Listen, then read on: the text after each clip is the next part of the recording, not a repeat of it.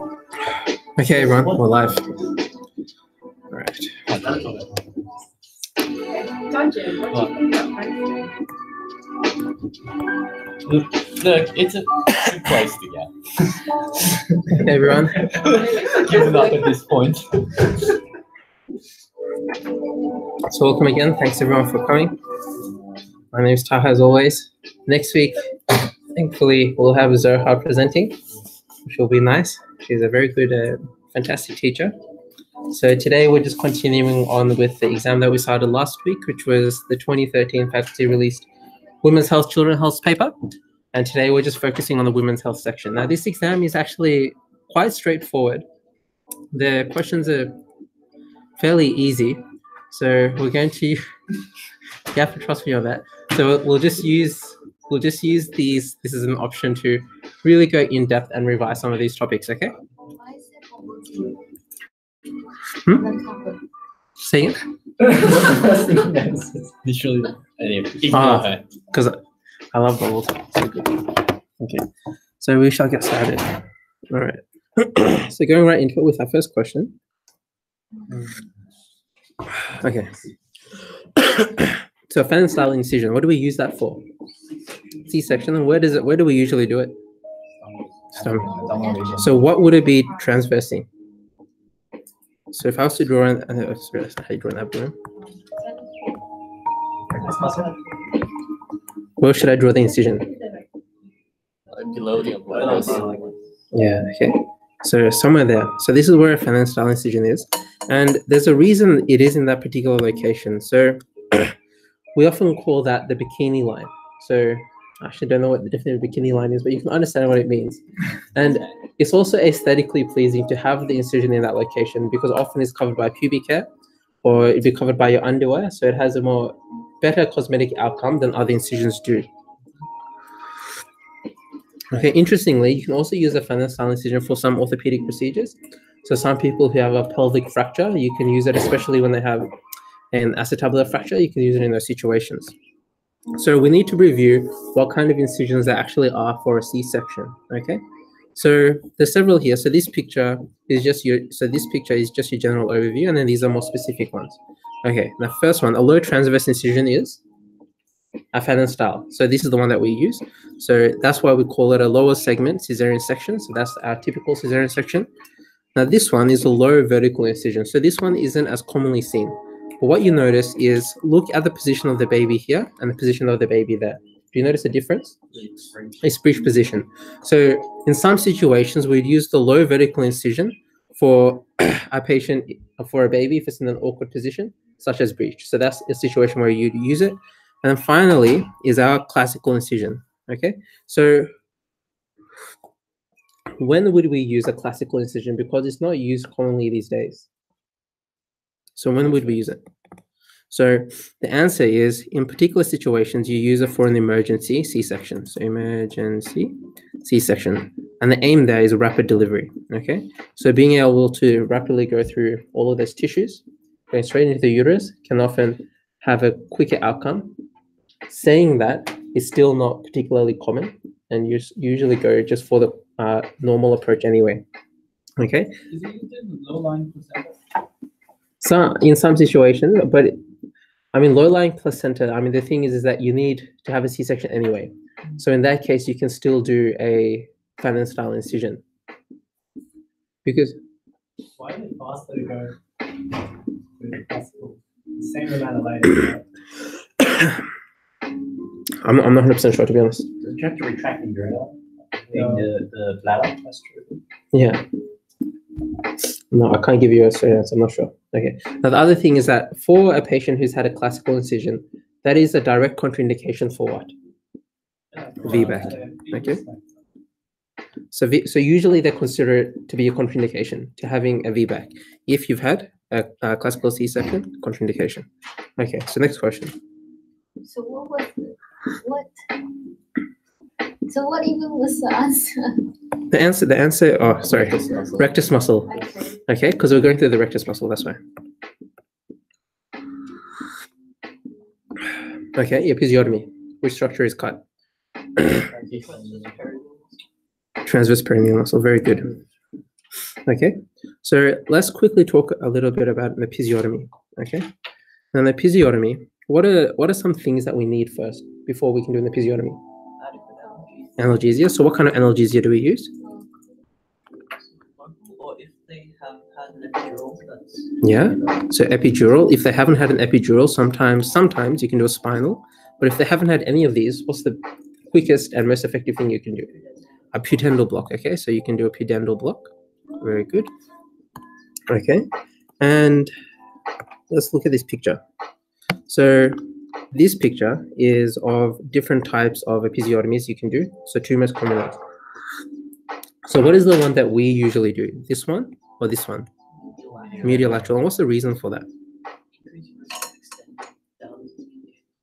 Yes, okay. So there's exactly correct. So there's an increased risk of involvement of the anal sphincter. So that's because if you do a midline episiotomy, central over the anus, and it also cuts through the perineal body, okay?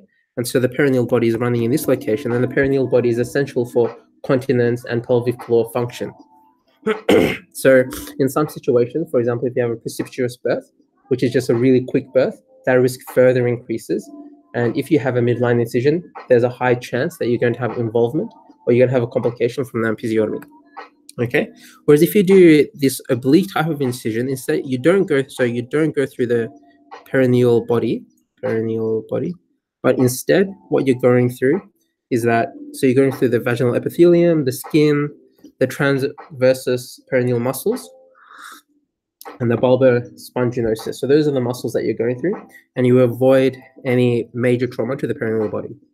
Okay? Now with an episiotomy, the only really important thing is that, so complications after an episiotomy.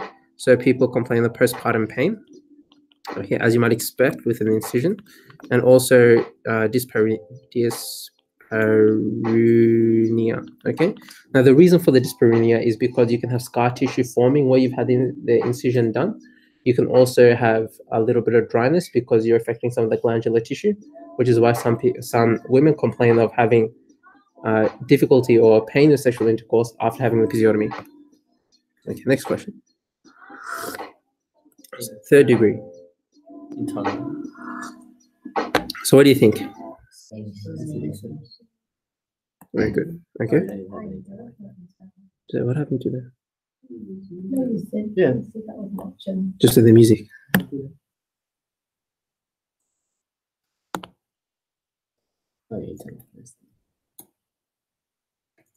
Sorry, if you want to know, I'm just fixing the music. Okay, anyway. All right, so this is a picture of several types of tears, okay? So first degree, just affecting the body, right? So second degree, anal sphincter is not torn, okay? Third degree, the anal sphincter is torn, and fourth degree, you have the rectal mucosa is affected, okay? Sorry, it's a bit loud, isn't it? Okay, so just keep that in mind. That's good. Okay, next question. Round ligament.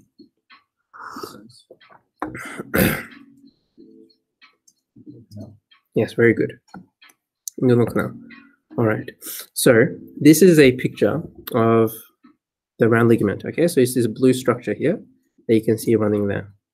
So what's important is that it's, and so you see this location. So this is anterior plus inferior to the fallopian tubes. Okay, to fallopian tubes. So let's look at some more pictures.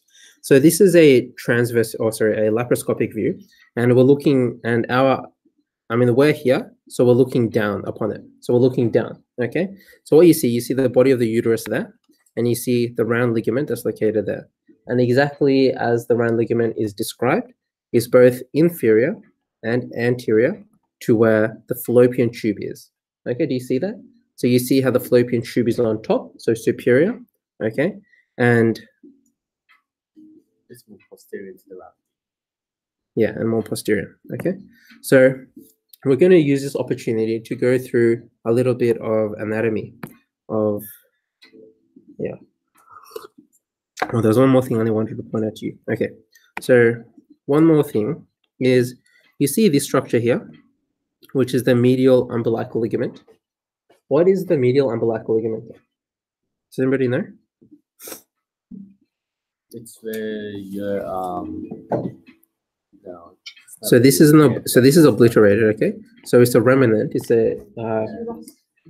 a remnant of something, and it's a remnant of a branch of the internal.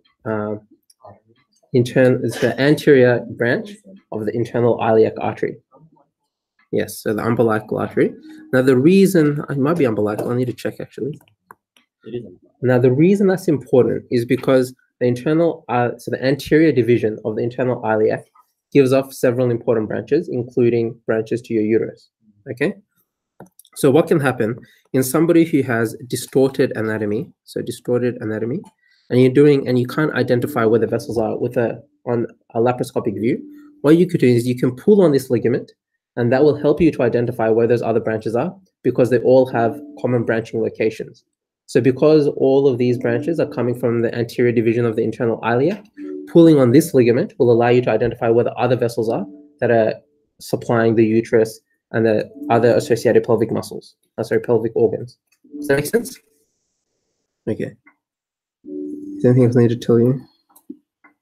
Okay, another thing is just notice this here. Inferior epigastric artery. So we're going to have a look through this diagram. So start me off, Dongju, with the first. What's this first structure here? So first of all, what kind of section is this? This is a sagittal section Okay, of the pelvis. sagittal pelvis. Of male or female? Female, I think. I don't know, maybe male. Okay, so first one, what's the first structure? Huh? What is Fallopian this? tube. Fallopian tube, very good. Okay. Oh, the other, it doesn't really matter. artery show. Doesn't matter. Okay, so now this is important. So you can see it's a gravid or a postpartum uterus because the uterus should normally not be this size, right? Normally the uterus, especially if you're looking at some imaging, should be not much larger than the femoral head. So that's how large it should be. So you can see here it's quite big, which is why they specifically said it's a gravid uterus. Okay. Other important reason for that is because the arteries that run on the uterus, they often expand and they might not be as easily visible as when the uterus is not expanded. Okay. So what's this? What's this structure here? Very good. This one? Try someone else. Joy, what is this? So some kind of artery. So it is pointing. So I'll use a different color. Blue. So look, it's going up here. What do you think it is? Yo! Yeah. Okay. Why is it external? Because look here. So this is a posterior, right? This is the back. Okay. So this is the external branch, and then this would be the internal branch because it's going. When we see this, it didn't come up. Well, it's come up before, right? So we have to be careful. So the other one is the internal iliac because that's going into your pelvis and through to your internal organs. Okay, so this is the external, right? So next one, what would this one be? Yasmin? Yes, very good. Okay. It's like a heart. Yuki, what's this? What are you doing? So it's pointing at this structure here. Oh, that one. Where the blue line is. Yes, it's pointing at the artery. So what artery would it be? What is it supplying? Yuki? Yes, vaginal artery. Very good. Oh, whoops, I went in the wrong direction. Okay. So what's this up here? Oh, yes. So this structure. So this structure I'm pointing at. So up there, what is that? Oh. No, that's the ovarian. Look where it's going. So that's correct. So it's the ovarian line. So infundibular, I get where you're coming from with that infundibular pelvic because ovarian artery runs within the infundibular pelvic ligament. Okay. So I guess that's an important distinction to make. Now, important about the ovarian artery, what do you need to know about it? Where does it come from? It's a direct branch of the aorta, and we'll talk about more anatomy as we go along. What's this? The ureter. Good. Next one. Internal iliac. Yeah. Okay. That's the big branch of it, I think. Okay. So internal iliac. That's the big branch. Okay. So then this. So this one is the next one. That's the posterior division. Posterior, which would make the other one Anterior. anterior. Okay. And then the next one. What's this? Looks like So I'm it's looking at a it's pudendal pointing nerve. at this structure. Yeah, it looks like Okay. pudendal So nerve. think about the region that we're in. Okay. So this is the sacrum here. Okay, and this is the lumbar spine. So we're in the lumbosacral region. What kind of nerves are in the lumbosacral region? We have the lumbosacral plexus. The lumbosacral plexus gives off what nerve? Which, I mean, the pudendal nerve is a branch, right? But what is the large nerve that comes off the lumbosacral plexus? Sciatic nerve, correct. Okay. Next one. So what is this structure? I need another color. Ah, This one here. That structure? Say again. Uterine artery, correct. Okay. And then I will talk about the next one. All right. And then that would make that the rectum and then vagina. Okay. So we're going to talk about some anatomy, not all of it, but enough. Okay. Now the first one is we have the aorta up here. Okay. So the aorta provides the blood supply to the pelvic structures. Okay. So approximately, so you can see where it's bifurcating into this. So this is the common iliacs. So common iliac.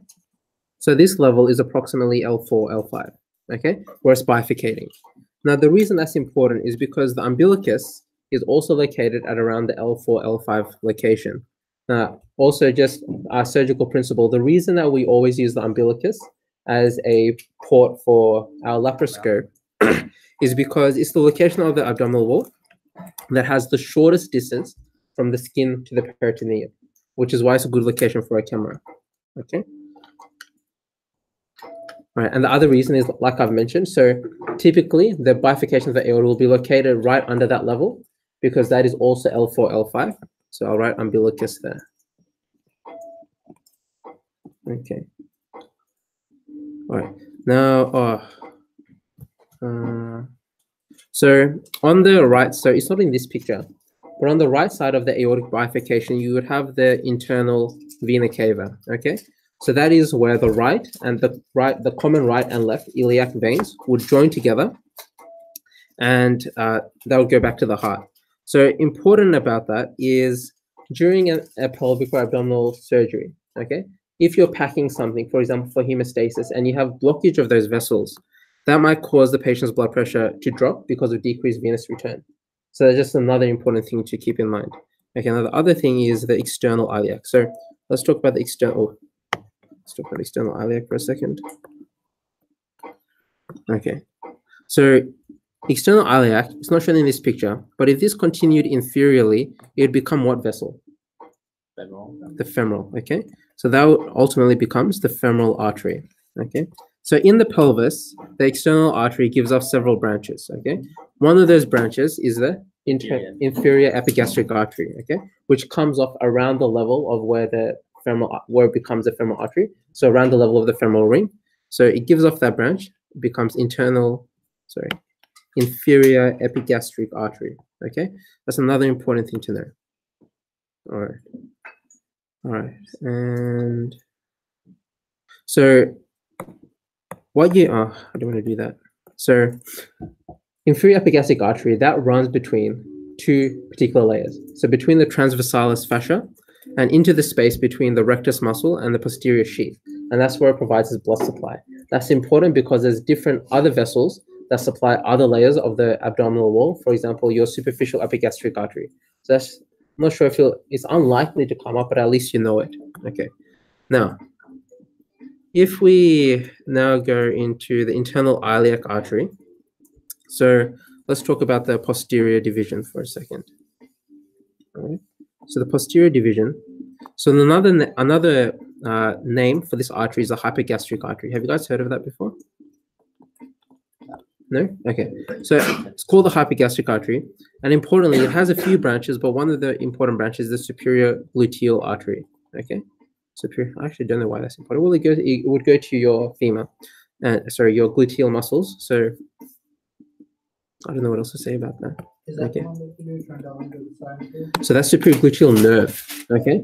And what to remember about the Trendelenburg's test is that although it is positive when you have a superior gluteal nerve palsy, it is also more likely to be common in, for example, elderly people who have weak muscles, somebody who has weak gluteals, somebody who has arthritis. So there's many other reasons to get a positive Trendelenburg's test. Okay, so we've talked about internal iliac.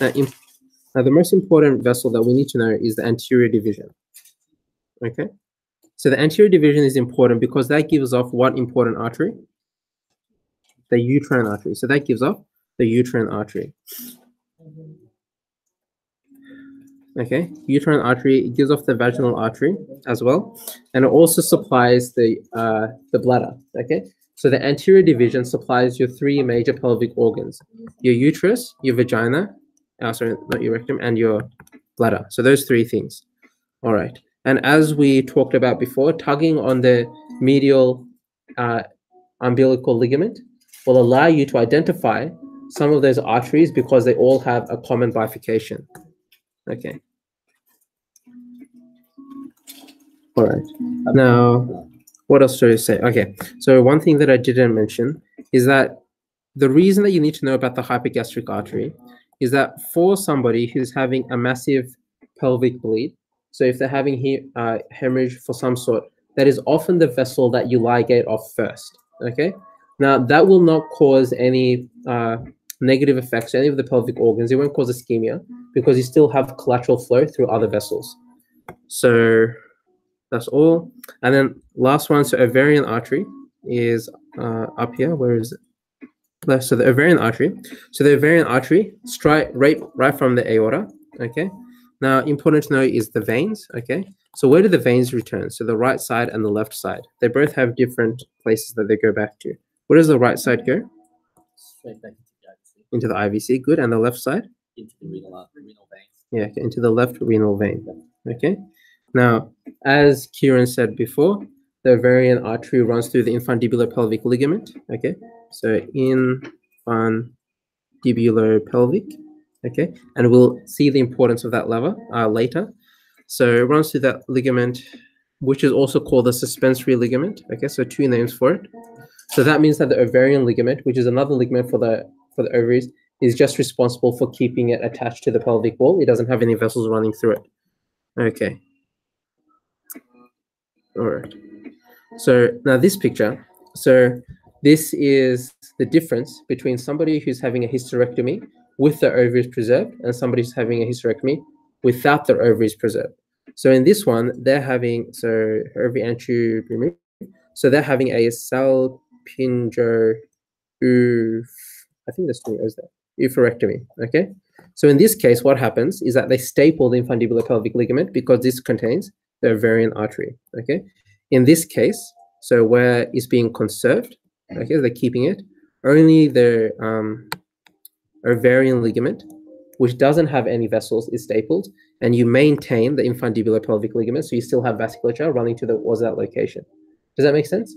Okay. Now, the other thing I didn't mention is that it's been on a past exam before, but this, so the uterine artery, as you can see here, it runs from around where the cervical os would be. So it begins there, and it goes up to the anterior superior border of your uterus. Okay, at that location, it anastomoses with the ovarian artery. So in this location here. And at that point, it's called Samson's artery. I think that's come up on the exam before. So just that's the only real thing you need to know about Samson's artery. Okay. So the anastomosis between the ovarian and the uterine arteries, which is approximately in that location. Okay. So that's called Samson's artery. Now, these little circles that you see on the picture, so these are common ligation sites for somebody who needs to have a hysterectomy. Okay. So ligation of the uterine artery at its anastomosis by sorry, I keep saying the wrong words. I'm very tired today. So ligation at the beginning of the uterine artery, ligation where it comes off of the internal iliac, and then ligation of the anterior division of the internal iliac itself. Okay. If you were to have a hysterectomy, these are common ligation sites. But if you ligate, do you use like most of the arterial support, like in the toilet? No, you still have collaterals. So And that's enough. yeah. Okay. So now this picture. So this is a very, very important picture. So the reason I've included this here is because this is relation of pelvic organs and pelvic anatomy to the ureters. Okay. So All right. So this location here, so that you see this box here. So whatever I put that box there, what am I trying to highlight here? Shoots running under them. Yeah, so water. What is it? Water on the bridge, right? Yes, water under the bridge. Okay. So what does that signify? Arteries. Okay. So it signifies that the ureter is running underneath the uterine artery at this location. Okay, that's what it's showing us. So if we look at the passage of the ureters, okay, so what happens is that ureters are starting up here, and they travel into the pelvis with the ovarian ligaments. With the ovarian artery. So it's running alongside it as it comes down from where it starts off. Okay. So that's why identification of the ureters is essential if you're going to do an oophorectomy because of how closely they run together. So number one, oophorectomy, you need to identify the ureters. Okay. So usually, once we get down to here, the ureters located here is usually posterior. So it's usually posterior plus medial to the infundibulopelvic ligament. Okay. So you can see that here. So it's further back into the abdominal wall, so it's posterior, okay, and it's closer to the center of the body, so it's medial to the infundibulopelvic ligament, okay. So once it gets relatively into this location, it descends through the ureter. So it descends down into here, and it becomes part of the broad ligament, okay. So the bottom part of the broad ligament, the ureter, is actually incorporated into that before it becomes the urethra. Okay, so and as we've located here, just inferior to where the cervical os would be, that's where you have the water under the bridge. And after it gets through that location, I don't know if I have a picture. I do have a picture. So after it gets to this location, it passes through a particular tunnel, okay? And this tunnel is called the tunnel of Wertheim, okay? Which is essentially just a name for where it's running through the cardinal ligament, okay? So the cardinal ligament is just a part of the broad ligament, and it's just essentially the bottom part of the broad ligament, which is where the ureters run. So just to summarize, the most important things you need to know about the ureters is one, it goes under the uterine vessels at this point, close to where the cervical os is.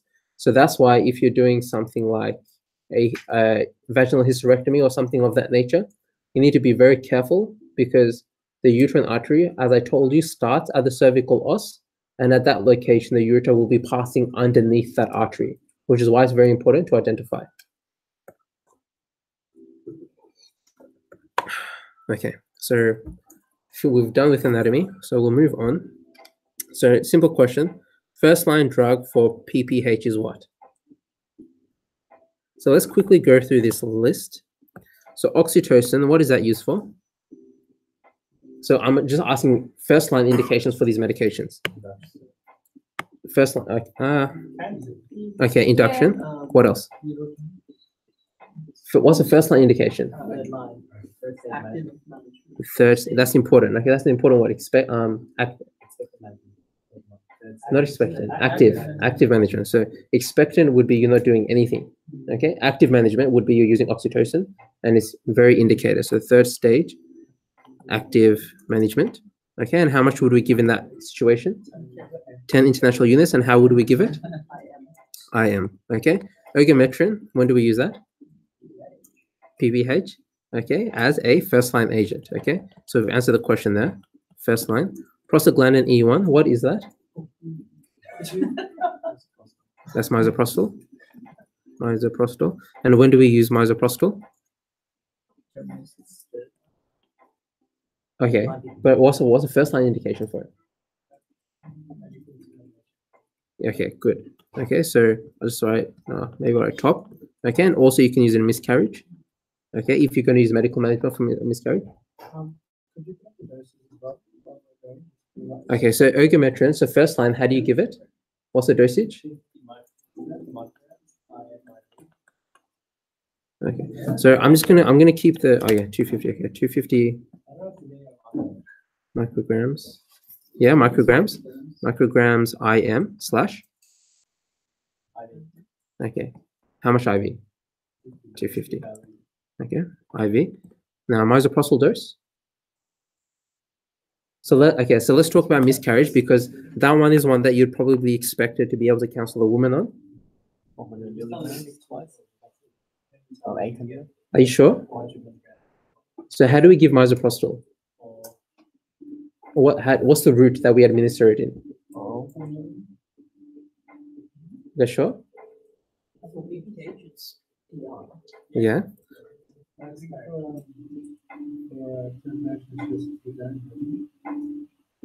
That was my understanding, but all of you guys seem to disagree.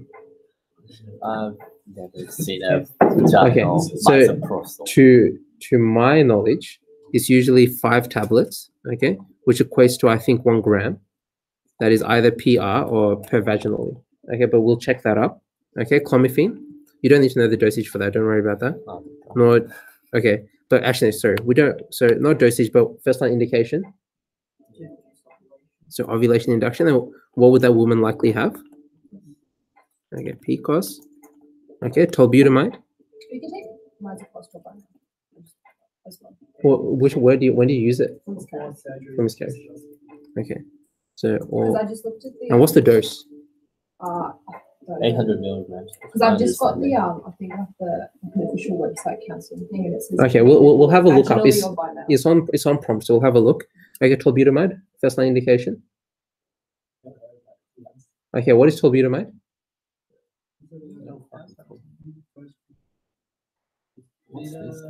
Okay, so I'll give you a clue. So if we have a woman is coming into you and she is 30 weeks pregnant, is it a tocolytic? What is a tocolytic? It's similar. Okay, good. Okay, and when would we use it?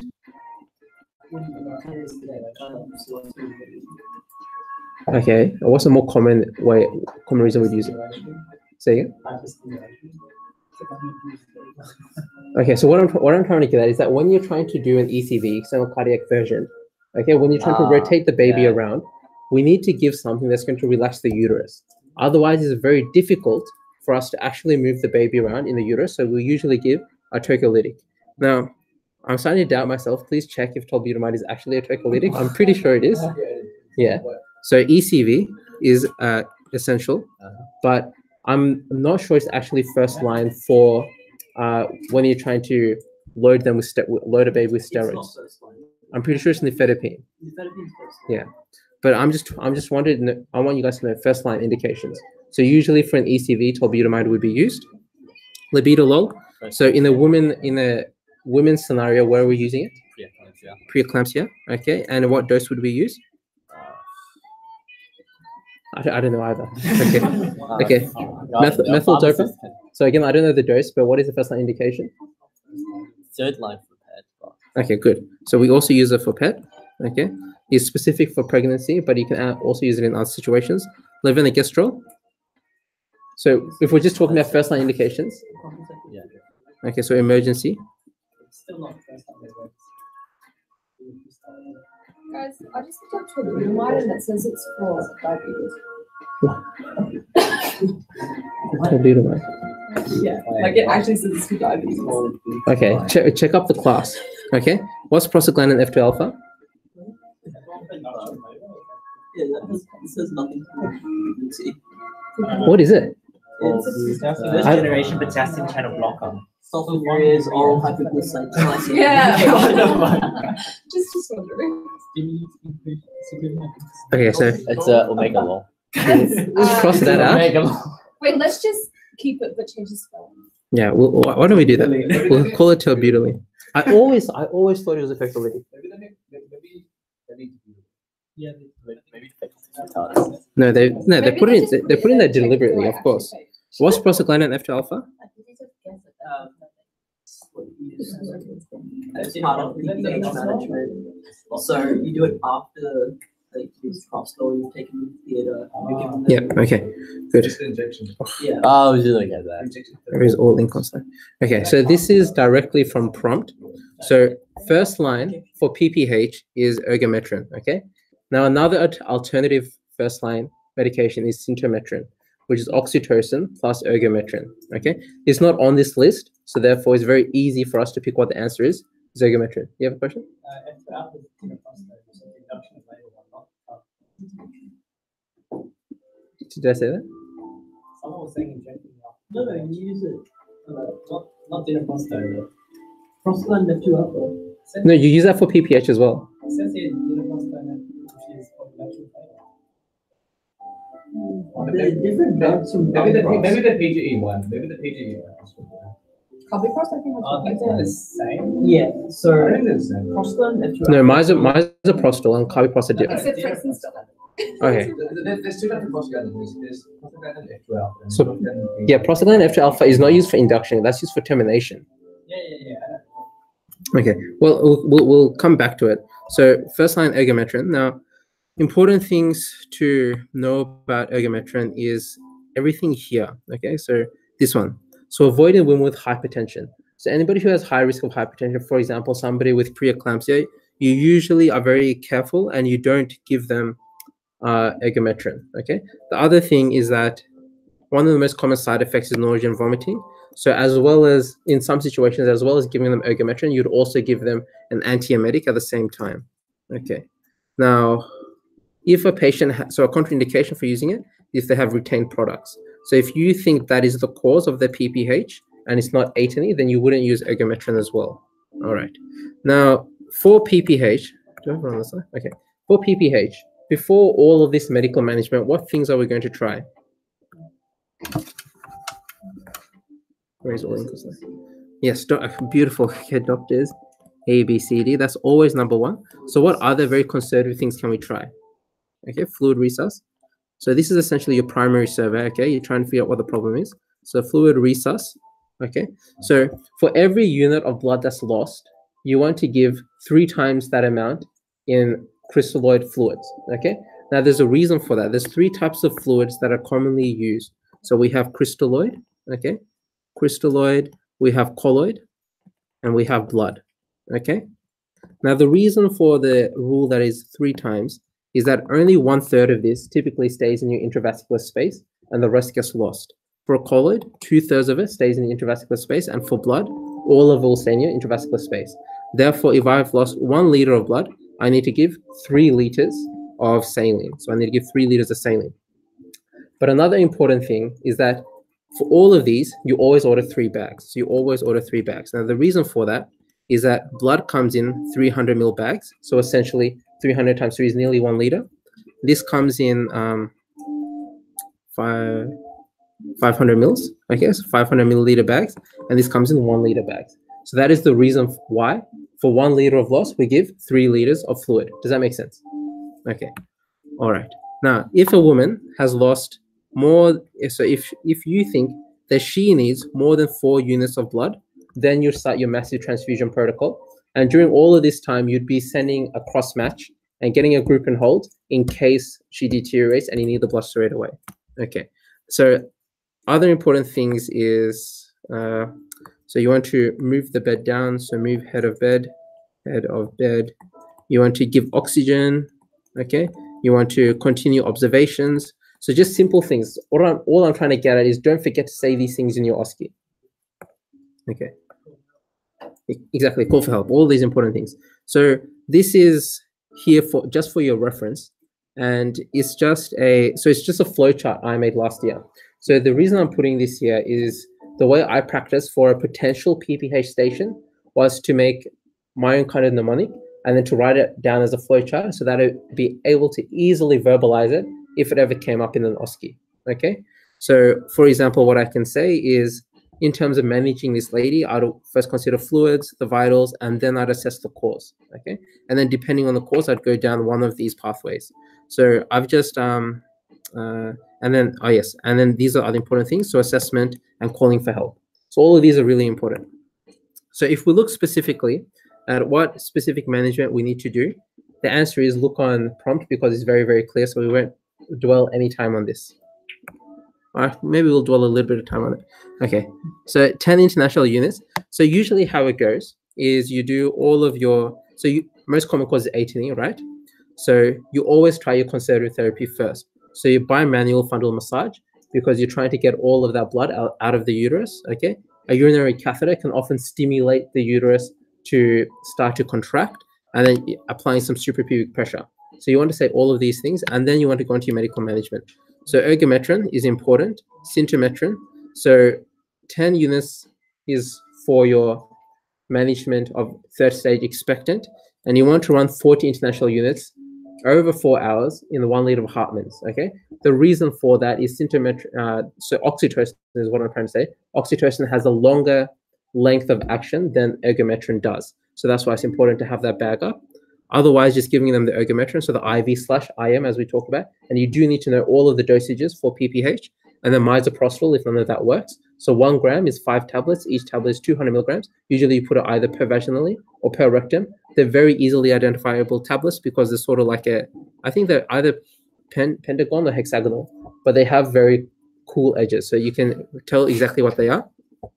If none of that works, and during all of this, in your OSCE, you say, I reassess the lady, I see how much blood she's continuing to lose. If none of this is working, call theatre and get her down there immediately. And in theatre, what you can do an examination under anesthetic. So an examination under anesthetic allows you to assess what the cause.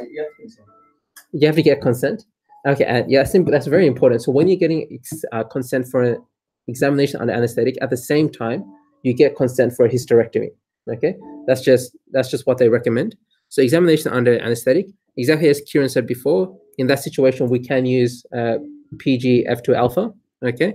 And then if we need to do something else, then the list is there. So Bakri balloon is probably the most common. So Bakri balloon, we usually leave in for 24 hours, but there are some risks with that. And the other things we could consider things like the B-Lynch suture, where you're suturing off some of those internal iliac vessels. So read the document on prompt, okay? It's detailed. It's got all the management steps there, and you just need to know it.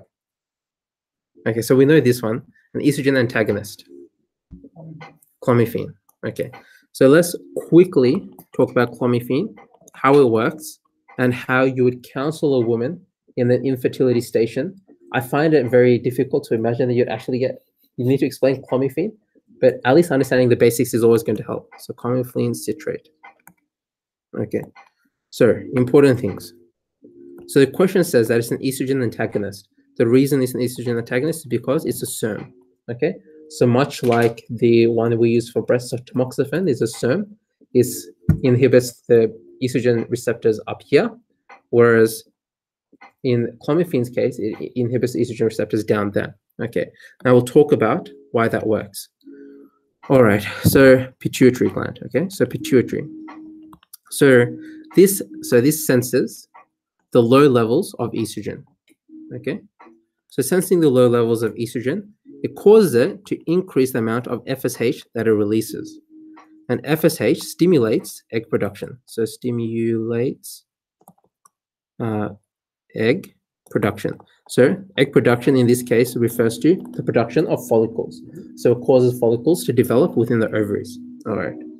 So for that reason, that is why there's a 6 to 14% chance of having a twin pregnancy. Okay. Now the reason for that is some women, when they start clomiphene therapy, are already ovulating. So in that situation, if you give them clomiphene again, you can cause more than one follicle to have ovulation, and therefore release is egg. So in a non-ovulating woman, that risk is lower. But it's documented in between 6 to 14% of women who are on clomiphene, they will have a twin pregnancy. So that's something you need to tell the woman. All right. All right. So first thing, so that's how you explain how it works. So maintaining that low level of estrogen mimics the normal menstrual cycle, and it stimulates the production of follicles and the release of the ovary, of the egg. Okay. Now the other thing you need to tell her is about LH. So the woman, when she starts clomiphene therapy, you'll tell her to buy an LH predictor kit, okay, which is just a urine test. Now the reason for that is, as we know, when LH surges, within 24 to 36 hours of that, you have ovulation.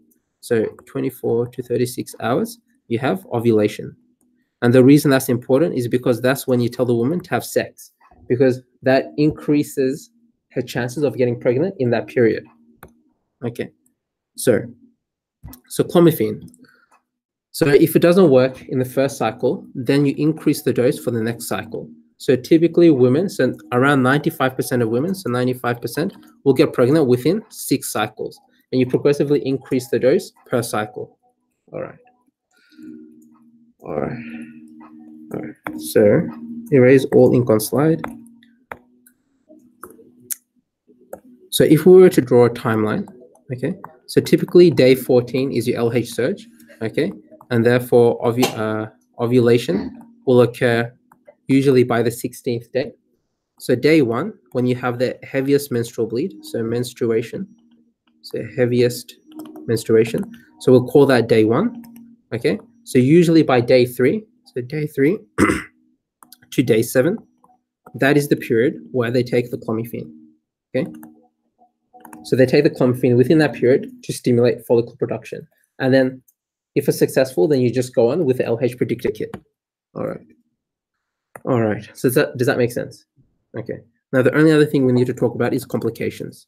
So if the people who do the best in the GP stations or stations altogether that require you to cancel something are ones who can also talk about side effects of medications and things they need to look out for.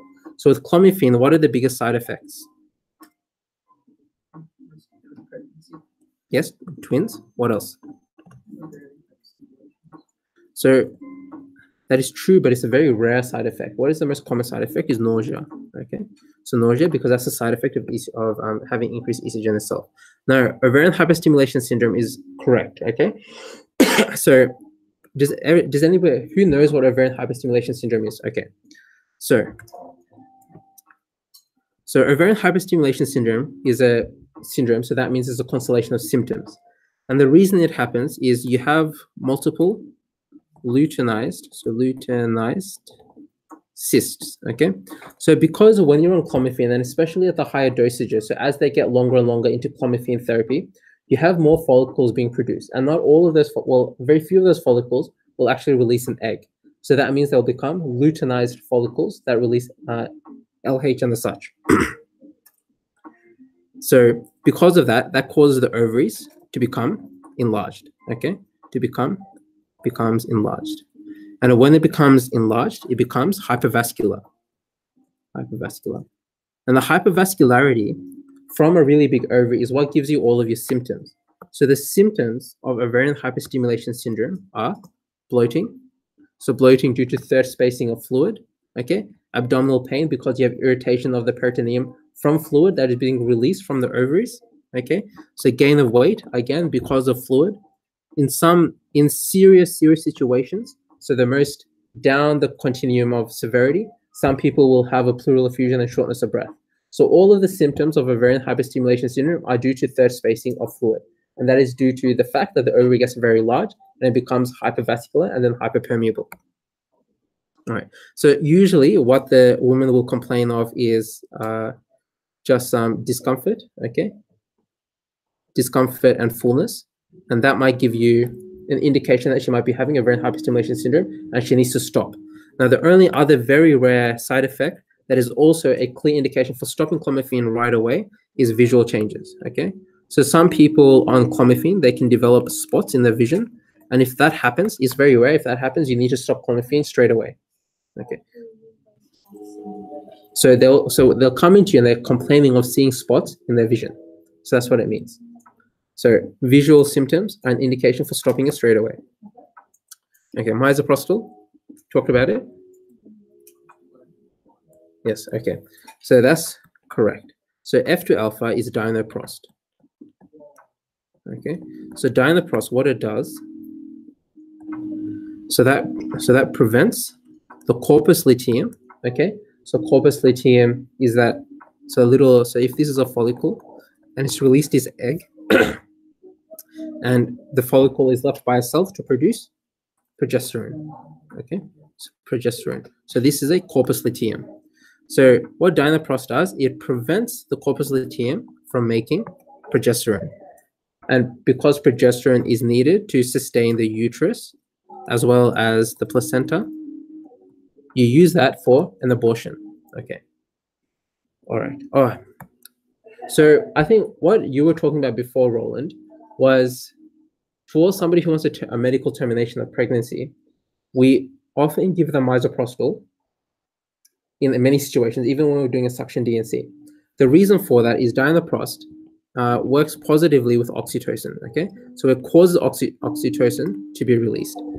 And oxytocin causes contraction of the uterus, which is why it has a positive effect when we're doing a termination and when we're doing something like a suction DNC. It gets the uterus ready, essentially, okay? So secreted from the posterior pituitary gland is oxytocin. Oh, don't look at that. What is this? Okay, so it's just asking you to match the condition, match the whatever's there to the condition. So trisomy 21 is associated with epicanthic folds. Okay, so if I erase all the ink on the slide, so this is just a mnemonic that you can use to remember the dysmorphic symptoms of Down syndrome. Okay, so congenital heart disease, so AVSD, for example, hypothyroid and Hirschsprung's. So Hirschsprung's is another one that you know of. So the fifth finger, leukemia. So AML. So people with Down syndrome have a 2 times higher risk than the general population for having AML. Okay, I don't know why that is. Okay, and most importantly, as we go down, we see epicanthic folds. So what are epicanthic folds? So you can see it in this picture. So if you look down here, this is a picture essentially of Dongju. So the reason I say that is epicanthic folds are physiological or normal in many geographical populations. So for example, in people who are from a Korean descent, a lot of Asian populations, okay, as well as some Scandinavian and European countries, it's normal for them to have an epicanthic fold, okay? So an epicanthic fold is just a skin fold located on the upper eyelid, so on this location, that is covering the medial canthus, which is this inner corner of the eye. So if you all have a look at Dongju, he has an epicanthic fold because he's from a geographical area where it is normal to have an epicanthic fold. If you live in South Korea, you don't actually have epicanthic folds because you get plastic. Okay, so geographic locations, normal, okay? Other people that is normal in is a fetus, okay? A developing fetus is also normal, up to 3 to 6 months. Okay, so when the fetus is developing inside of the mom, so between that 3 to 6 month period, the epicanthic fold usually disappears. Now, in a condition that causes a delay or a change in that development in the fetus, you have an epicanthic fold. That's why Down syndrome is very much associated with having that fold. The other things associated with is a low nasal bridge. Okay, so medical conditions that cause the nasal bridge to not mature are also associated with epicanthic folds, which is why they occur together in somebody with Down syndrome. All right, so trisomy 18. Good. Okay, trisomy 18 is what? Edwards syndrome. So if you have a look at this picture is showing 2 things, okay? It's showing 2 things, okay? It's not showing the same thing. What is each picture showing? Okay, so what's this? Okay, first, what's this? So if we were to draw What are you drawing? no, it's a Toaster. it's a rocking horse, okay? So rocking horse. So have a look at this curve here. Does it look similar to anything in this picture? It looks, yes, it does. Okay, it looks similar to the feet. Okay, so that's the reason why it gets its name as a rocker bottom feet. Therefore, this other picture is club foot. Okay, they are not the same thing. Okay, so rocker, so the medical term for it would be a congenital vertical. Rocker bottom. No, talus. Okay, so what you see here is you see a prominent calcaneus, which is the heel, okay, and you see a convex rounded bottom to the feet. So that's associated with many things, but one thing that's particularly associated with is Edwards syndrome. Okay, now this differs from club foot, okay, where what you see is one, the foot, so out here you can see the foot are rotated outwards, okay, number 1. In this case, the foot is rotated inwards, okay. Okay, and it's not usually associated with something. Okay, whereas a rocker bottom foot is strongly associated with Edwards syndrome, club foot doesn't have a strong association with anything. There are many causes. It can also occur physiologically, or it can occur because of location within how the baby was positioned within the mom during pregnancy, but it doesn't have any strong associations like rocker bottom foot does. Okay, the only strong association it does is atherogryphosis. So do you remember we talked about this condition? Yeah, so atherogryphosis is a congenital contracture. Okay, so in the distal version of atherogryphosis, you can have club foot forming. Okay, does it make sense? Yes, so you can surgically manage this. Okay, you can surgically manage it, and this one you can give them a harness. Usually a club foot does get better unless the patient starts already walking on their feet in that position. But if you can get onto it early enough, they usually can have good outcomes. Something with rocker bottom usually requires surgical reversal. You have a question? But there's also particular harnesses you can use for club foot. Yeah. Oh, okay. Maybe I'll call it a brace. That's a better word. A brace. Okay. 45X. You even have a picture of it. Is associated with? Turner's. Yes. Okay. So this is Turner's. Okay. So what's also associated with Turner's is, I think I have a picture of it. Oh, just one thing I did. Just going back to Down syndrome for a moment. This is really important. Okay. Look at this. This is really, I'm going to highlight it lots of times. Okay. Because when a mom is in an OSCE station and she asks you, I guess, what are the risks for my baby if they have Down syndrome during the birth process? Okay. And in that situation, you can't say, oh, there's a risk he might have an epicanthic fold. Okay. That's not a risk.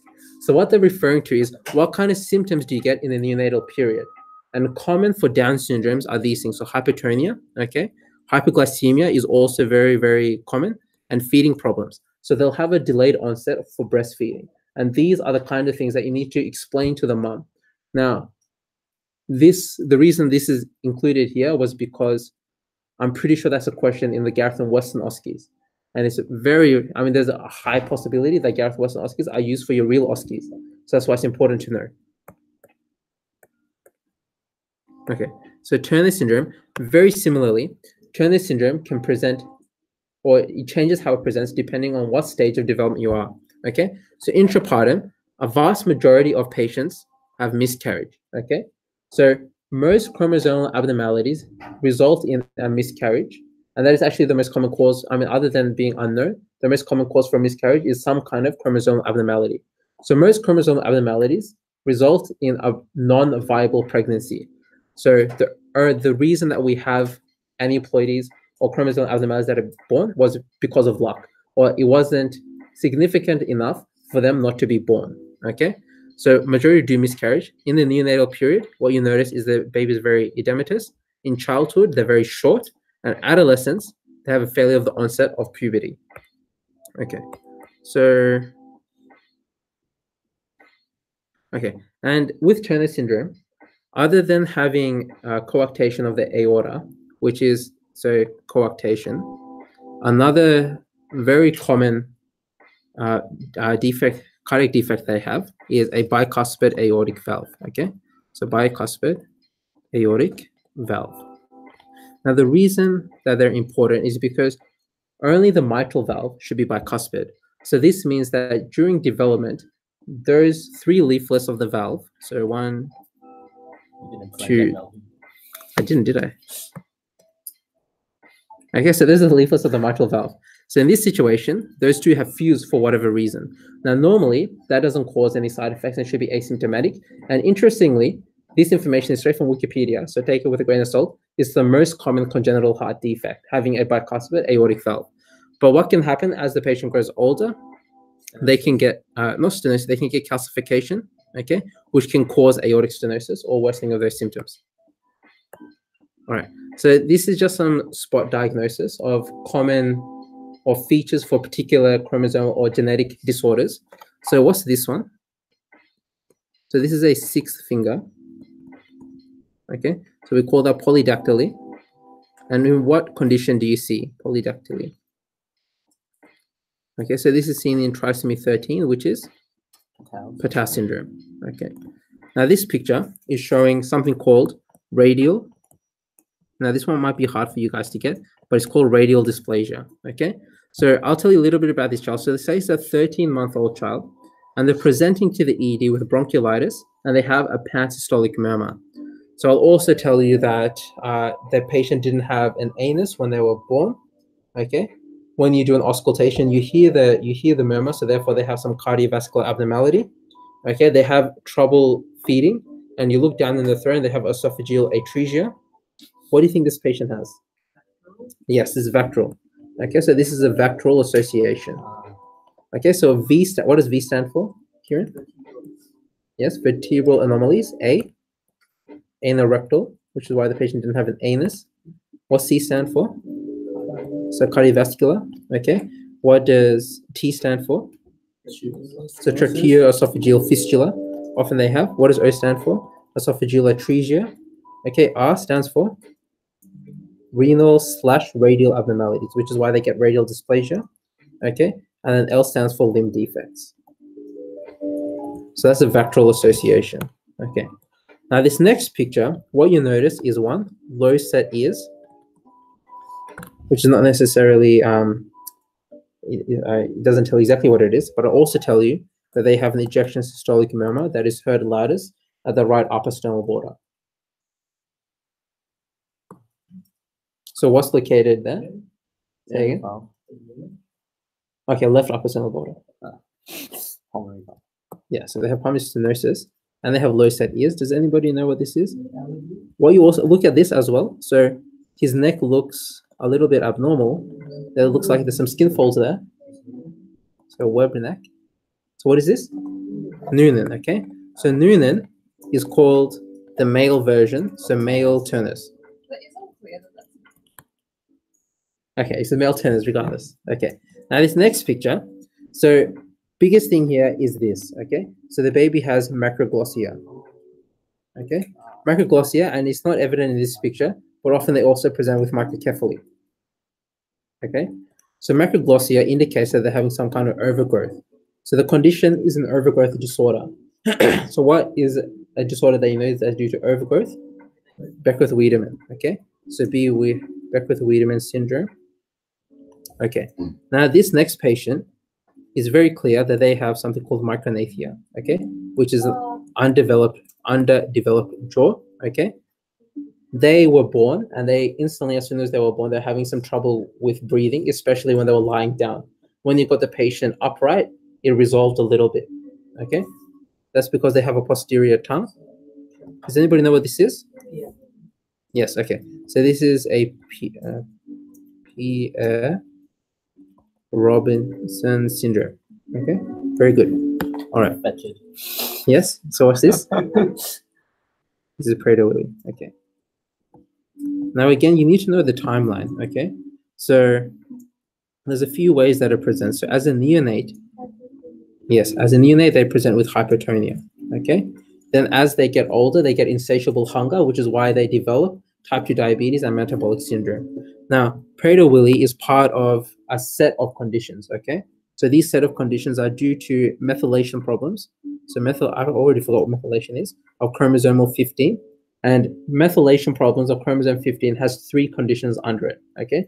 One is Prader-Willi, which is considered your paternal version. Okay, that means you get it from your paternal set of genes. So remember, we always get our chromosomes from one from mom, one from dad.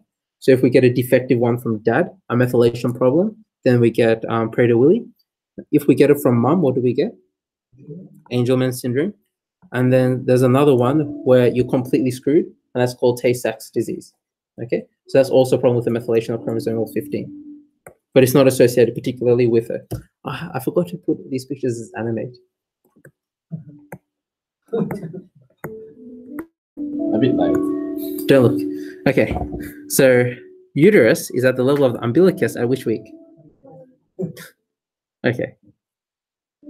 All right. So if we had a look on Wikipedia and we had a look at the table, what they would tell us is that between 12 to 14 weeks, usually you should feel the uterus at the location of the pubic symphysis. Okay, so now I can unlock all of that. Yeah. So pubic symphysis, where would it be on this diagram? So I'll put 1, 2, 3. Where should it be? At 2, so around there.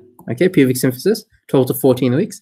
At 20 to 22 weeks, it should be at the location of the umbilicus. Okay, The answer is 20. so the answer is 20. Okay, so between 20 to 22, okay, between 36 to 40 weeks is located up here, and this is the xiphisternum. Okay, so the xiphoid process. Okay, and then between 37 to 40 weeks, it goes down. Okay, so it decreases. Okay, now there's a few reasons for that, and the biggest reason, does anybody know what it is? There you go. Yes, exactly. So descent of the head. Okay. So descent of the fetal head into the pelvis will cause that number to fall. So what measurement? So what are these measures? So these are weeks. These also correlate to centimeters, and that centimeter is called the symphyso-fundal height. Okay. So descent is one that will cause the symphyso-fundal height to be lower than normal. What are other things that will cause that number to be lower than normal? Yes, exactly. Beautiful. IUGR. Okay, what else? Okay, what else? Yes, beautiful. So those are the biggest reasons. How about something that is larger? Micro. Okay, so poly. What else? Microsomia, which is associated with GDM. Okay, and anything else? What's a very obvious one that will cause it to be grossly abnormal? Twins. Okay, twins. So multiple pregnancy. Okay. So betamethasone has a neonatal benefit up until which week of pregnancy? I had 2 numbers. What do you say? Jess, what do you think? Yeah, I know. What's That's the not the key point. when do you stop giving betamethasone? Yeah. Okay, good. So we have a relative consensus of 34 weeks. Okay. Now, I just want to go through this a little bit. I thought we were going to finish on time today. Okay. You genuinely think that? I always do. You're so naive. I'm always like at home. Optimistic. I'm like, for example, yesterday I was preparing for it was like 6 to like 1 a.m. And I'm thinking like, there's no way that I'm going to have enough to go through and do the whole session. Then I get here today. Every Okay. time you're like 7:30, I tell my friends, we'll probably finish like 8 to 8. Always. I'm very sorry about that, Jess. No, don't worry. Okay. I don't So care. betamethasone. So there's a few important things. Indications. Okay. So there's 2 age groups that you need to know. So 24 to 34 weeks, and if they're less than 23 weeks. Okay. So I'll try to go a little bit faster here. So if they're 24 to 34 weeks, we give betamethasone if there's a rupture of membranes. Okay. So it doesn't matter what else there is. If there's a rupture of membranes, we give betamethasone. If they're less than 23 weeks, regardless of whether so it doesn't matter. So you don't need to have a rupture of membranes. What matters is if you think that there's going to be delivery within 7 days. Okay. So if you think that they're going to deliver within 7 days, you give betamethasone if they're less than 23 weeks. Okay. All right. So that's indications. Now, importantly, why? Why do we give kids betamethasone? And don't tell me fetal lung maturation. I already know that. What are we trying to prevent? Okay, fetal lung maturation is what we're trying to achieve. But why is the reason we're trying to achieve that? Yeah. Yeah, exactly. Beautiful. So you're trying to prevent infant respiratory distress syndrome. Now that is very important because RDS is the biggest cause of neonatal morbidity and mortality. Okay, the largest cause is the thing that kills the most babies. Okay.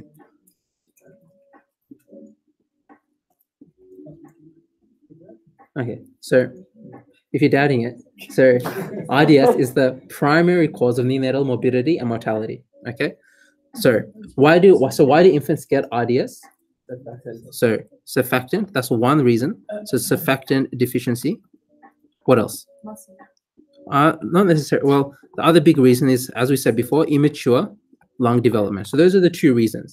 And the older that you get, so the more time that you have in the mum's womb to develop, the lesser these problems become. Okay, so as you continue in your gestational weeks, you develop more surfactant and your lungs get more mature. Okay, So to decrease IDS from occurring, we give steroids because steroids have been shown to have a positive effect on producing surfactant, and it speeds up the maturation of the lungs. Okay. So another thing to know is that if a baby is greater than 30 weeks old, in not all situations do we need to give steroids. So in some situations, what we can do is we can do an amniocentesis. And when we do an amniocentesis, we're measuring two things. So there's two tests in particular. And the only reason I go into this is because I've seen these words on the exams before. So the lecithin versus, I don't know how to spell this, sphingomyelin, okay? So the sphingomyelin ratio, okay?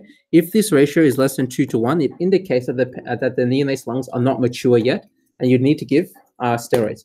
Now, again, reiterating, you're not going to do an amniocentesis on every lady. You're probably going to give them steroids. But if for some reason that is happening, and you're trying to check if you need to give them or not, this is the test that you would do, okay? So there are more modern tests these days, which are the surfactant versus albumin ratio. And if any of these two ratios are lower, then you give steroids, okay? So lecithin, as we already know, is an emulsifier.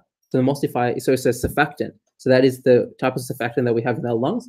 Sphingomyelin, I'm not sure what the actual relation to lecithin is, but it's a chemical that is located around our axons and the myelin sheath. Again, I couldn't find out what the actual relationship and why we compare them is. Okay, so that's that. That's what we check. Now, the only last thing to think about is why does it have to be less than 34 weeks? Why don't we give it after that? I mean, you think about it. I mean, you say if it has such a positive effect on lung maturation and increasing the amount of surfactant that you get, why wouldn't we give it later in the pregnancy? That's a very reasonable response. But what studies have suggested is that giving steroids after 34 weeks actually has a harmful effect on the baby, okay? So it's harmful, okay? How is it harmful? There's two things in particular. One, it has been shown to increase the incidence in which sepsis occurs, okay? And two, it increases the rate of hyperglycemia in the neonatal population. So it actually has a harmful effect on the baby, as well as not significantly impacting on lung maturation after that stage, which is why hyperglycemia, yes, down, okay? Which is why we don't use it after this time. So 34 weeks.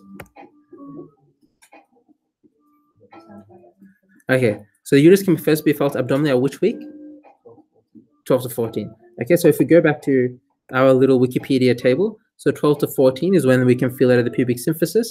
And if we do a picture of the abdomen as we would on the notes, remember, down here is always the suprapubic region, okay? So 12 to 14 weeks is when you can feel it abdominally.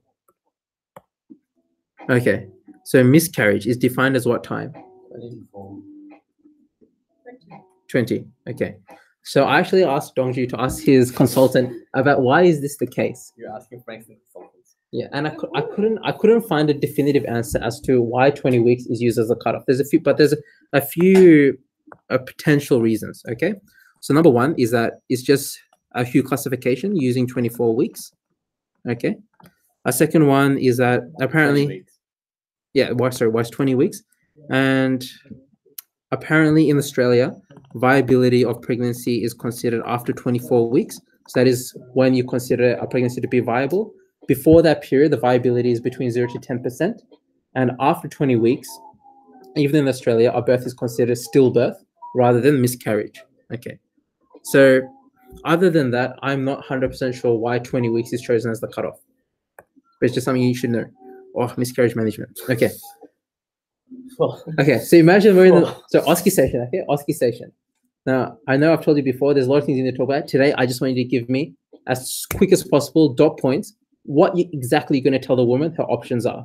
So after you've counseled her, after you've done your MERTAG's 10-step management plan, remember, 10-step management plan always includes epidemiology, diagnosis, differential diagnosis, symptoms, complications, prognosis. You always need to talk about that when you're educating the patient, okay? So please don't forget that. But just for time today, we're only going to be talking about the actual management of miscarriage. So there's three categories. What are they? Conservative, medical, and surgical. So expectant, okay, medical, and surgical, okay? Now, trumping all of this, there is a common denominator between every single category for management, okay? So one of them is to give anti-D, okay? So how much anti-D do we give? Okay, so But even if there is this positive, so 250/625, okay? When do we give 625? Yes, okay? So after 12 weeks. So if it's not first trimester, then we give 625. Now, the reason for that is that any kind of sensitization event in the first trimester, there's a very low risk that there's enough fetal blood that's contaminating the maternal circulation to actually cause a significant effect, which is why 250 is used. Now, as Kieran said before, or somebody said, I think it might have been Roland, within 72 hours. Now, I was so angry last year when I asked that on the exam because I knew all of my dosages, I knew all of my indications, but I didn't know you had to do it within 72 hours. So I got that question wrong, or 3 of them. You still do it like up to- But Okay, the they- question specifically had the hours. So Oh, you have to okay. give it within 72 hours. Okay, anti-D. And the other thing, I'm just going to write up here, all of the conservative stuff that we just talked about. The most, So is the anti-D, like, if it's all 3 of those, you have to give it within 24 hours? yeah. Okay. So you give anti-D, okay, regardless of the rhesus status. Mhm. All right. So now expectant management. So just dot points. What do we talk about? Imagine you're counseling a woman. You say, okay, so you've had a miscarriage. It's very common. All of the conservative stuff. I educate you. I hope you're okay. You counsel the patient. Now you have 3 main options. The first option is expectant management. In expectant management, this is what you can expect. What are they? naturally pass away, maybe. Okay, so have like a natural heavy period, passage. maybe. Feels like a heavy period. So what would you warn the woman about? How is it going to feel? Pain. Pain. What else? Period. Okay, that will be heavy. How long will it take? Yeah, so up to 2 weeks potentially. Okay. And in which situations do we give this option to the lady? So there's several types of miscarriage, and we'll talk about it on the next slide. So there's some situations where you would be not advisable to do an expectant management. So for example, if she's had a complete, okay, so if she's had a complete miscarriage, okay, that means that there's no products left within the uterus. So expectant management would be okay in that situation. Now this will all make much more sense when we talk about on the next slide. So maybe I'll just get rid of that for the moment. Okay. And what are the risks? So when you're doing any of these kinds of stations, you have to talk about the cons and the pros, okay? So the pros in this situation would be you can be at home, you don't need to come into hospital, it's a much better location, etc., etc. But what are the side effects? Okay. Yes, okay. So they might need to go on to have further management, further, okay? There's a 2 to 3% risk of infection, okay, pelvic infection. All right, so that's really the main thing. This one is really important, is that you might need to come back into hospital to be managed again. Okay, and the other thing is that they need to be hemodynamically stable. Okay, now medical management.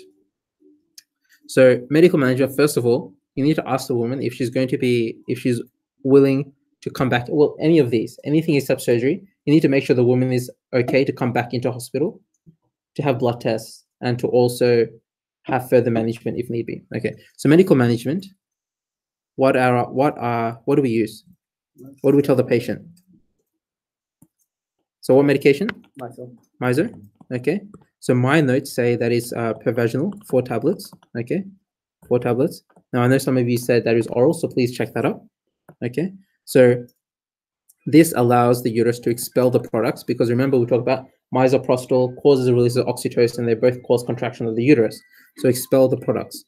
Now there's a lot of things when you talk about miscarriage, read the prompt guidelines, but there's also a particular time frame where we can use medical management, and after that we have to use surgical. So less than what weeks? 79 weeks. Yeah, okay. So I'll just write less than 10. So less than 10 weeks, you can use medical management, okay? After that, you usually have to do surgical management. So the other thing is that for both of these, you need to tell them that they need to come back to have beta HCG done to make sure that it goes all the way to 0, okay? Otherwise, they've had an incomplete miscarriage. Or they might just be in the non-pregnancy state, okay?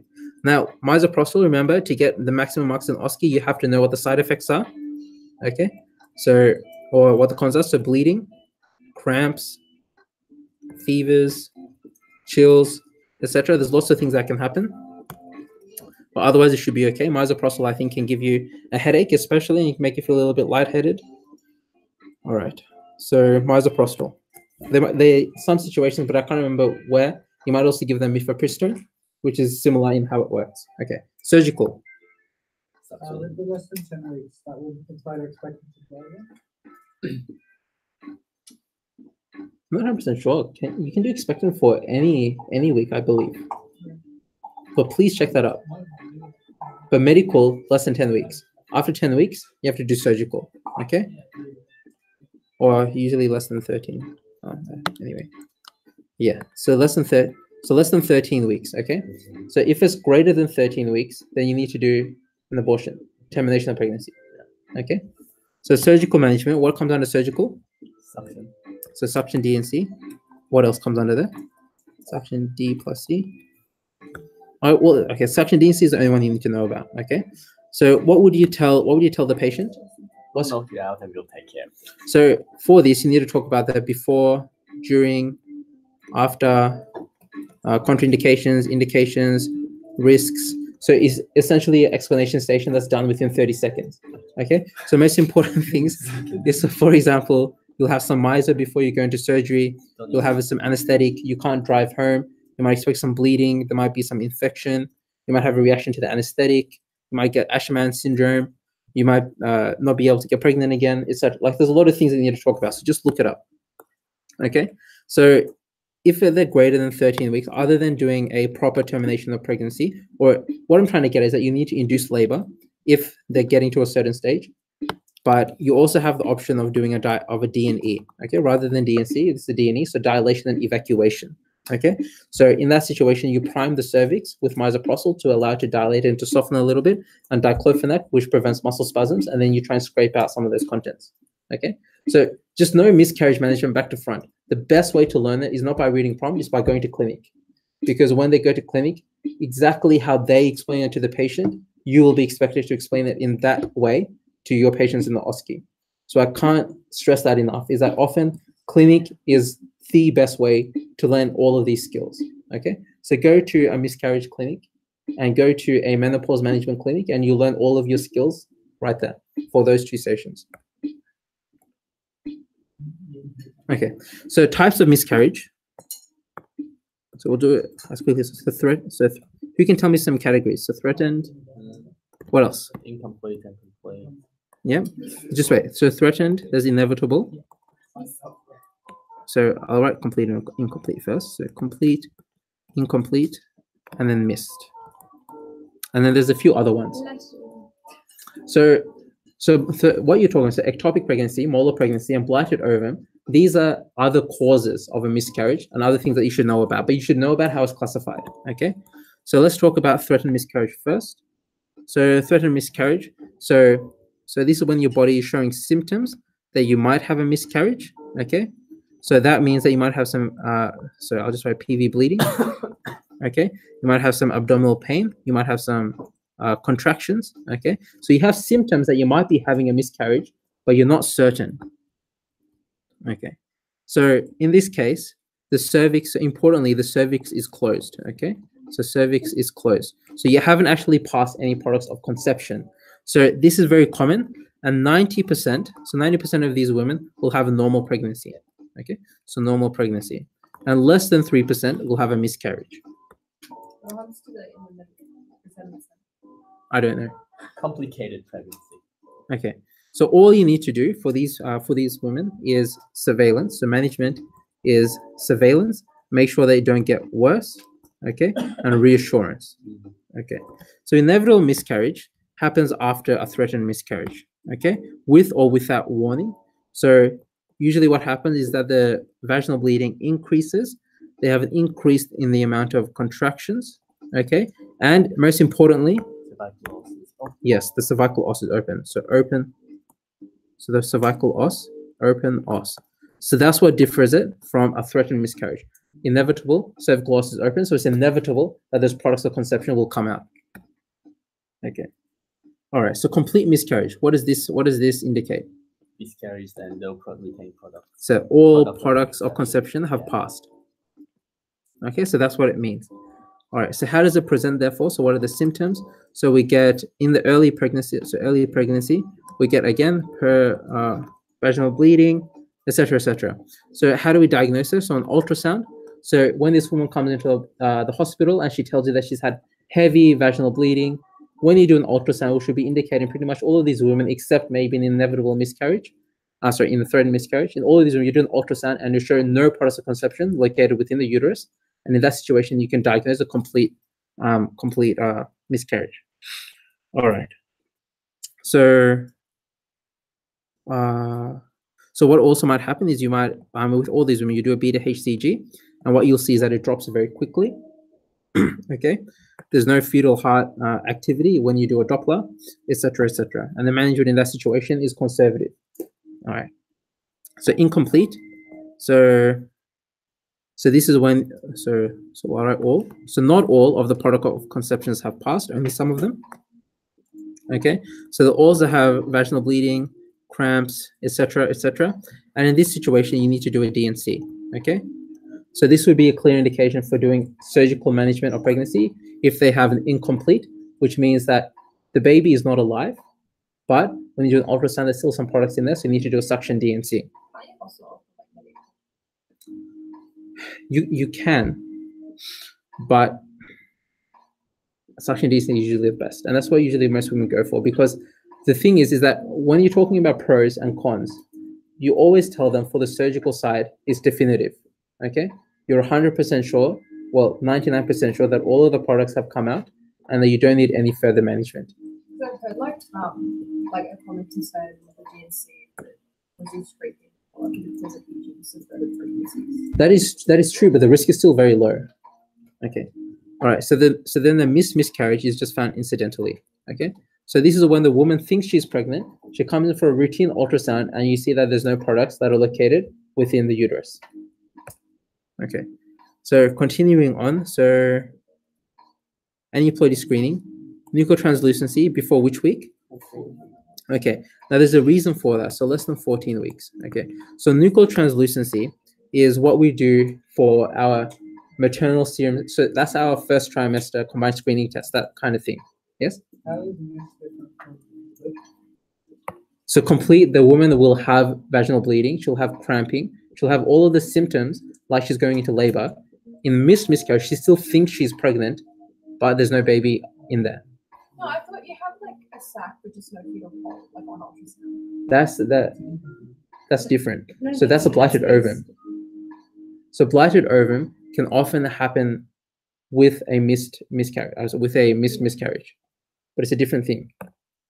No, you can, like, in a miscarriage by definition, you can still have something in the uterus. There's just no fetal pole. Which is often the blighted ovum. Yeah. Yeah. It's not like you would never. Like, okay, what I'm trying to get is that there's no fetal. You can't see any. There's no fetal No life. fetal There's no life. fetal life. Baby and that we don't. Yeah. But you can still have your products of conception Yeah. and everything else still there. Yeah.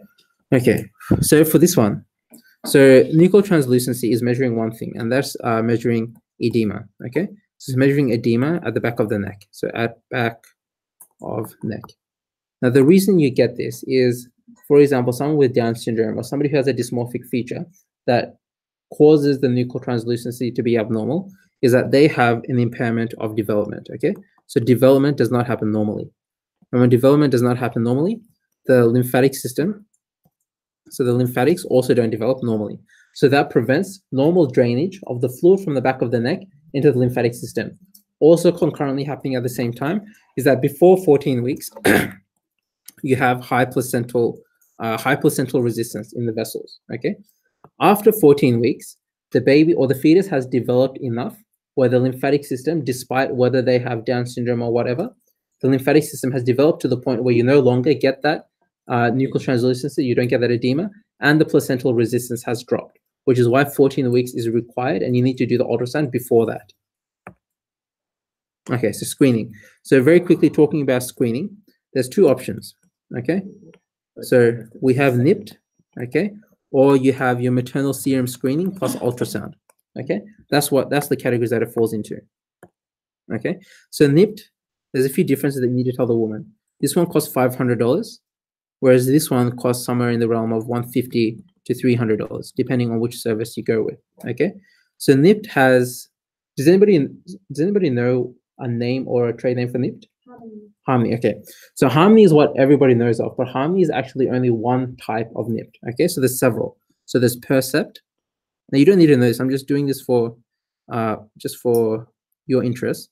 Generation, Harmony, there's Nest, okay? So there's 4 different ones. And the name derives from which laboratory developed that test. So for example, Percept is from the Victorian Service of Genetic Services or something.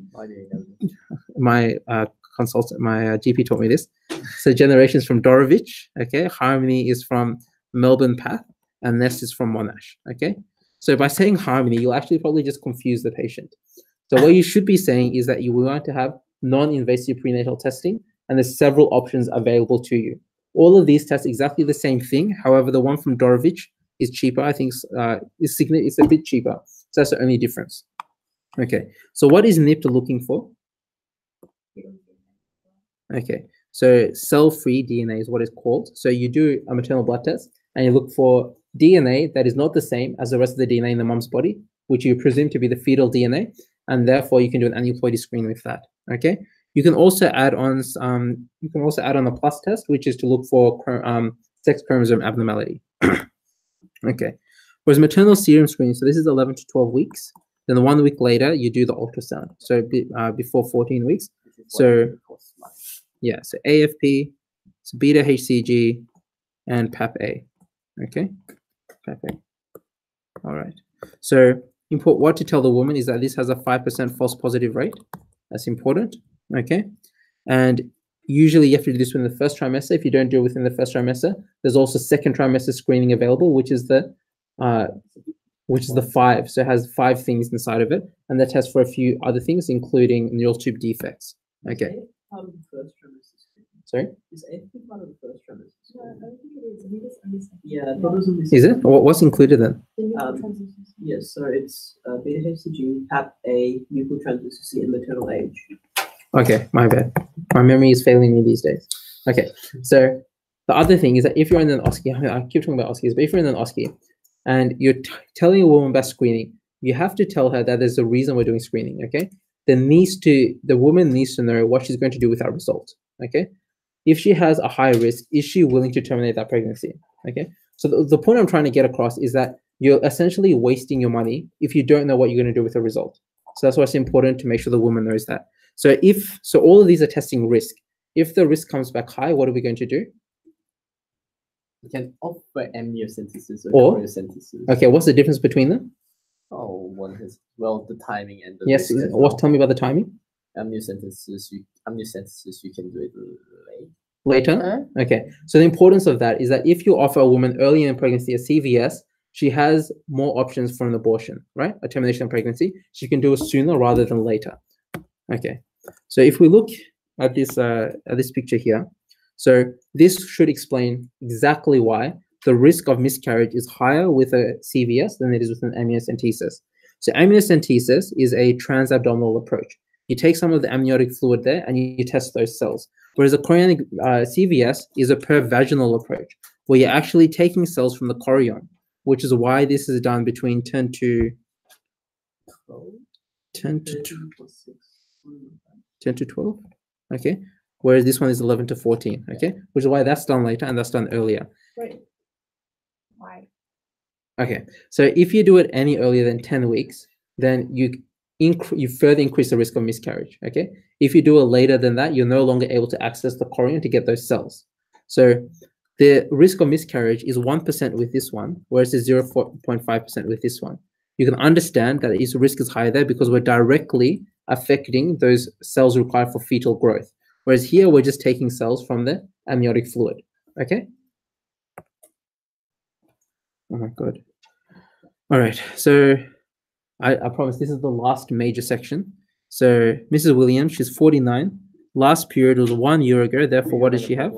So she's postmenopausal, or at the very least, she's just on the cusp because definition is more than 12 months. So postmenopause, or I'll call it transition. Okay. She's been experiencing hot flushes, night sweats, mood swings, so she's symptomatic for 3 years. Okay, so she's non-smoker and no contraindications. And what are you going to give her? So estrogen alone? No. Okay. She still has a uterus. Okay. Okay, so one thing you need to understand is that for menopause, estrogen is the only medication. So estrogen is what is preventing those symptoms, okay? Estrogen is what is managing all of those vasomotor and menopausal symptoms. Progesterone is just an add-on for safety. Progesterone itself doesn't actually do anything for menopause. It just causes you side effects. Okay, so cyclical, okay, I'm just gonna give you the answer here. So the answer here is COCP. Does anybody know why? She's 49. She's younger than 50. Okay, good. So very quickly, we're going to talk about menopausal management. Okay, so there's two types of menopause that you can do. Two types of medications that you can give. So you can give cyclical, or you can give continuous. Okay, so continuous, both of these are combined. Okay, so cyclical is also called sequential. Okay, all right.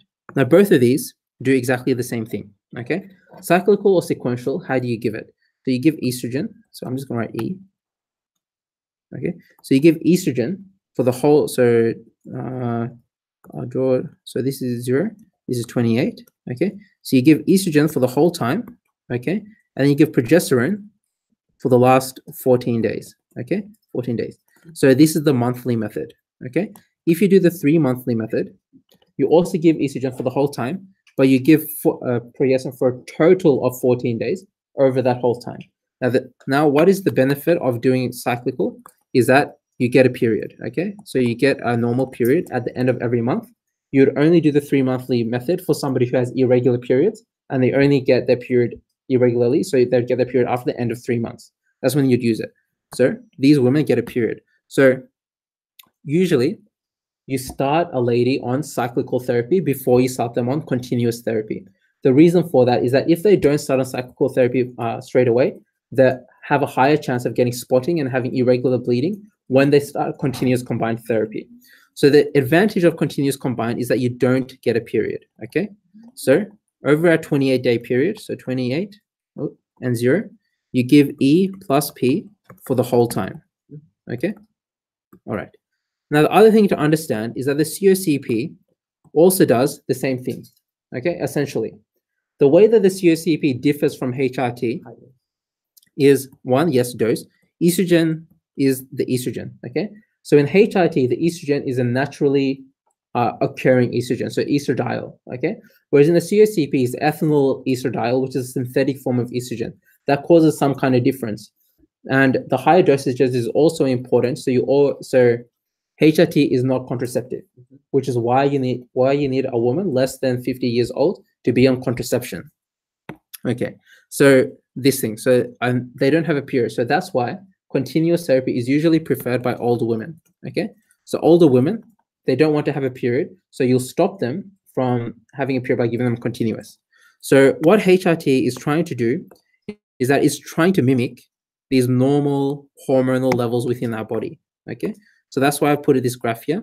So it mimics that. So that's why we give the progesterone at 14 days if we're trying to give a cyclical therapy to mimic the normal menstrual cycle, and why estrogen is given throughout the whole cycle. Okay. All right. So we don't decide whether they need contraception based on whether they're postmenopausal or not. We decide based on. Okay. So just give me 1 second. Let me draw you a diagram. Okay. So in this situation, this lady is 49 years old. Okay. Now, since she was 47, 49, so 3 years she's been having symptoms. Okay. At 50 years old, a lot of things are happening. Okay. So this is where we're at. Is that where we are? That's where we're at. Okay. So for somebody who, so there's a few rules that you need to know. All right. So for a lady who is less than, so if they're less than 50 years old, so if less than 50 and they've had periods for less than 1 year, they need to be on contraception. Actually, don't worry about these rules. What it means is that you need to be on contraception until you're 51 years old. Okay. Essentially. So there's 2 rules. So if you look at the OneNote, you'll see there's 2 rules. So either less than 1 year after the, so you need to, after the age of 50, you need to have amenorrhea for at least 1 year. And if you're less than 50, you need to have amenorrhea for at least 2 years. Okay. So in both cases, you have to be at least 51 years old before you no longer need to have contraception. So if you're less than 51, essentially, so that is just a very general rule. You need to have contraception. Like, had your last period at 47 and you're 49? Like I said, it's a general rule, okay? But if that's the case, you need to be amenorrheic for 2 years, okay? Which hasn't happened in this case. Now, the other thing is that to start continuous, so with the one that doesn't give you period, usually they require you to be on cyclical therapy for 1 year, okay? Usually. In this case, she hasn't been on cyclical therapy for 1 year. So you wouldn't be able to start continuous anyway. And you usually start all women on cyclical for the first year regardless, because that prevents the spotting and bleeding symptoms that you get with continuous therapy. Okay, I know that was a lot to digest. Okay, definitely recommend you reading up on it. So look online and look in the Y files. Even if you don't use it, go to the menopause page, because at the top is linked several documents about menopause management, which are very, very helpful. So the Australian Menopause Society has released a document on HRT and where it's used that will very clearly explain to you the difference between continuous and cyclical HRT, which I recommend you to read. Okay. So I'm just going to very quickly go through this. So this lady, she's 48 and her periods have become light and irregular. So the thing is, she's less than 48, so we need to give her COCP as well. Okay. What is the question asking? Oh, sorry. No, we can't give her COCP because she has chronic indications. Okay. So what medication that is not hormonal are we allowed to use for vasomotor symptoms? The answer is first line is venlafaxine. Okay. So this is directly from what I'm showing here. So if you look here, that has all that information in it. Okay. So this woman has a low DEXA scan, so therefore she needs bisphosphonates. And that is why one of the biggest benefits of giving estrogen is that it promotes bone mineral density to become higher. Okay. So if they had menopause symptoms and a low bone mineral density, you still just bisphosphonates? Well, of course, it's not just, but in this question, it's asking us what the most appropriate therapy is. So you'd also give a HRT, but because her DEXA is less than or minus 2.5, that is a PBS indication for starting them on the bisphosphonate. Okay, so this is a young girl. She's very normal, so she has physiological delay. Okay, now this one's important. Okay, so this woman has amenorrhea. She's only 40 years old.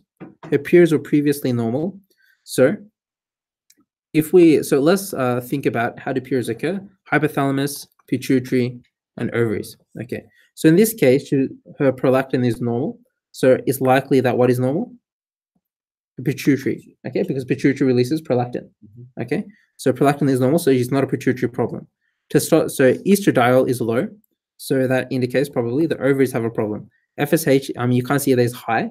Okay, for FSH to be high, you need GnRH, so you need GnRH to be released. So hypothalamus also does not have a problem. Okay, so what is happening is that this is releasing FSH. So we have feedback, yes, we have positive feedback because there's less estradiol.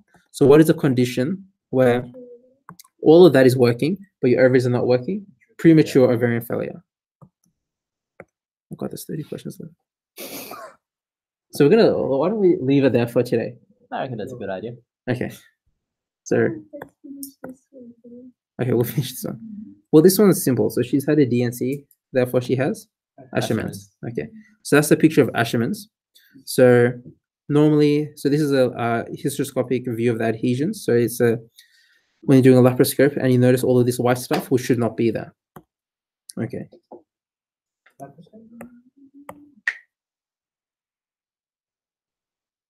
Yes.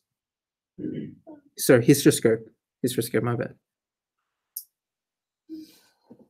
Okay, so we'll do this now next week. Okay, so we'll leave that there for today. Thanks, Tahoe. I can't believe there's going to be a part 3 to this. Okay, and again, all of these questions are on the mixtape all the way at the end.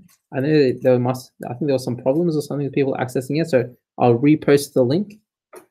And thank you very much for coming.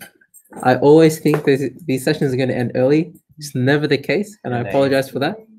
I know the way I teach is very different. Like other people will just go much faster and go through exam questions, which I admit might be a lot more helpful. But the aim here is to try and help you guys to revise and trying to go through some of those concepts again, trying to remember that information. So you'll have to forgive me for that. It's okay. OSCEs are worth more now, so this is better. And any mistakes I make, and I know there are many, okay, I try very hard. I put a lot of time to prepping, so forgive me for that, but hopefully these sessions are somewhat helpful. Stop apologizing. You need help.